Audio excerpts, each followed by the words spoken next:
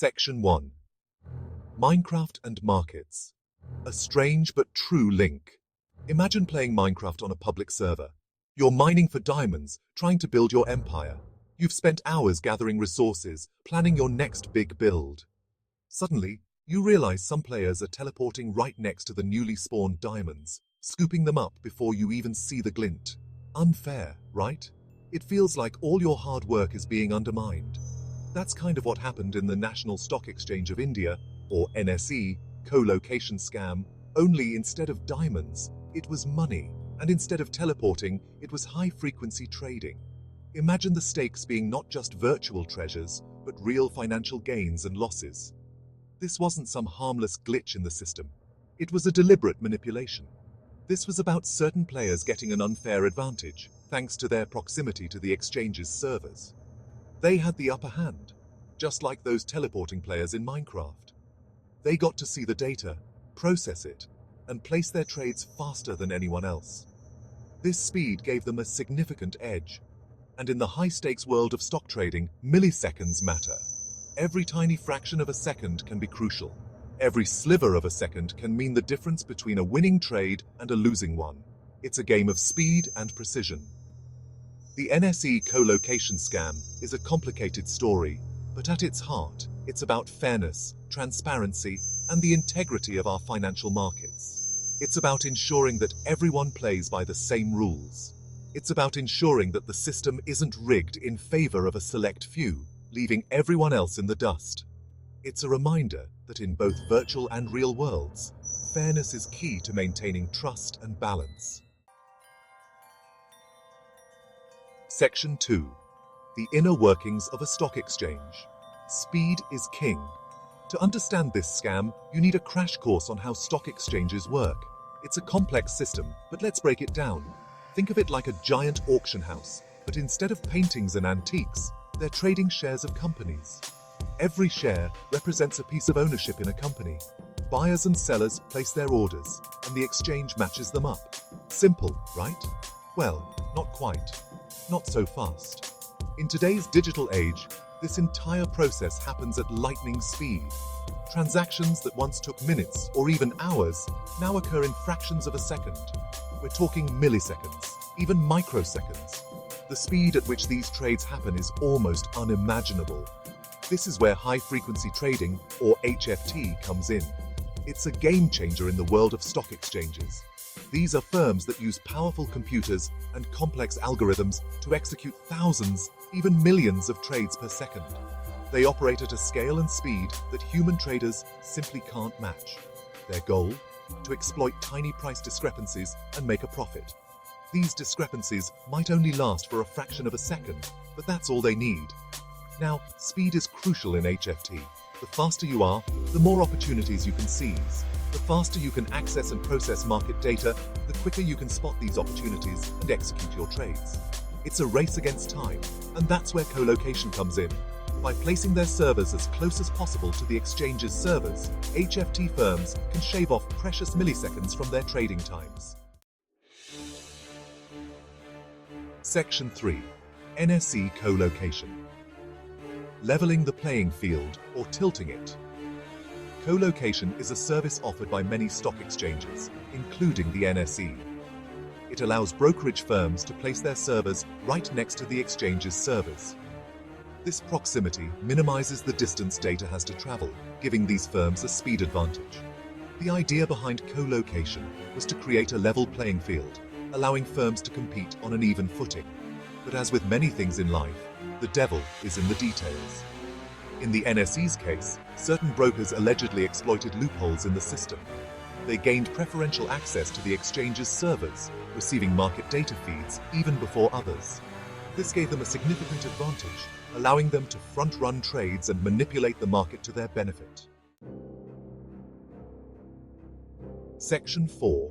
The whistleblower, a lone voice in the dark.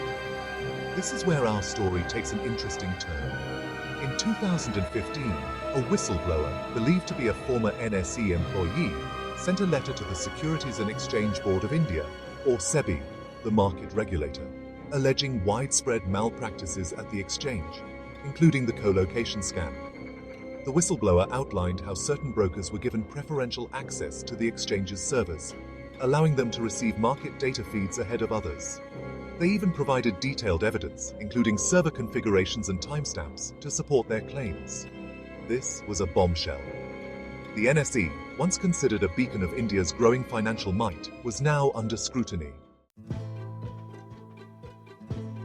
As the SEBI launched an investigation, the findings were, well, quite damning. It was revealed that the National Stock Exchange had indeed given preferential access to certain brokers. These brokers had the advantage of accessing the exchange's servers through a specific port that wasn't available to others.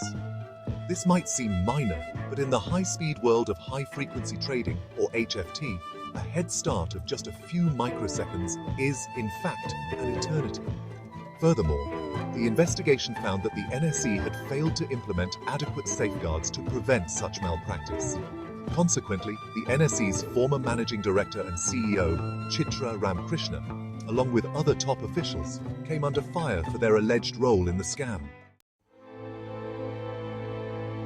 Section 6. The fallout. Who lost? Who paid? The fallout from the scam was significant. The NSE's reputation was tarnished, and investor confidence in the Indian stock market took a hit. The scam also raised questions about the role of regulators and the need for stricter oversight of financial markets. In 2019, the SEBI finally passed its order, imposing hefty fines on the NSE and several brokers involved in the scam. The regulator also barred the NSE from accessing the capital markets for 6 months. While the SEBI's order was seen as a step towards justice, many believe that it didn't go far enough. The penalties imposed were a drop in the ocean compared to the profits made by the brokers involved. Section 7. Trust eroded. The market impact of the NSE saga. The NSE co-location scam wasn't just a financial scandal. It was a breach of trust. When investors pour their money into the market, they're placing a bet on a system that's supposed to be fair and transparent. This scam showed that the system can be rigged and that those with the right connections and resources can exploit it for their gain. This kind of behavior erodes trust in the market, making investors wary. The NSE scam highlighted the dangers of unchecked technological advancement in financial markets. While technology can bring efficiency and speed, it can also be used to manipulate the system. Section 8. Lessons learned. Can we prevent the next NSE? The NSE co-location scam holds valuable lessons for regulators, exchanges, and investors alike. It underscores the need for robust regulations, stringent oversight, and a constant effort to stay ahead of those seeking to game the system.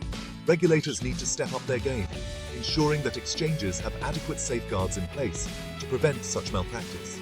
They also need to be proactive in investigating any allegations of wrongdoing, no matter how small.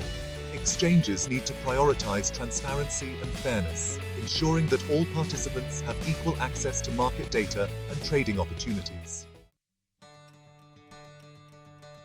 Section 9. My take. A call for fairness and transparency. The NSE co-location scam is a stark reminder that even in the 21st century, financial markets aren't immune to the oldest sin of all, greed. This scandal has shown us that the pursuit of profit can sometimes overshadow ethical considerations, leading to actions that undermine the very foundation of our financial systems. It's a story about how a few individuals, driven by their hunger for profit, were willing to compromise the integrity of an entire system. They manipulated the system to their advantage, creating an uneven playing field that favored the few at the expense of the many. But it's also a story about the importance of whistleblowers, the bravery of those willing to speak truth to power, even when it means risking their careers and reputations. These individuals play a crucial role in maintaining the checks and balances that are essential for a fair and transparent system. The NSE scam is a call to action. It's a wake-up call for all of us to be more vigilant and proactive in demanding accountability. It's a reminder that we need to demand better from our financial institutions, our regulators, and ourselves. We must insist on higher standards of conduct and greater transparency in all financial dealings. We need to push for a system that's fair, transparent, and accessible to all, not just a select few. This means advocating for policies and practices that promote equity and prevent exploitation. Only then can we restore trust in our markets and ensure that they truly serve their purpose to facilitate fair and efficient capital allocation. By working together, we can build a financial system that benefits everyone, not just the privileged few.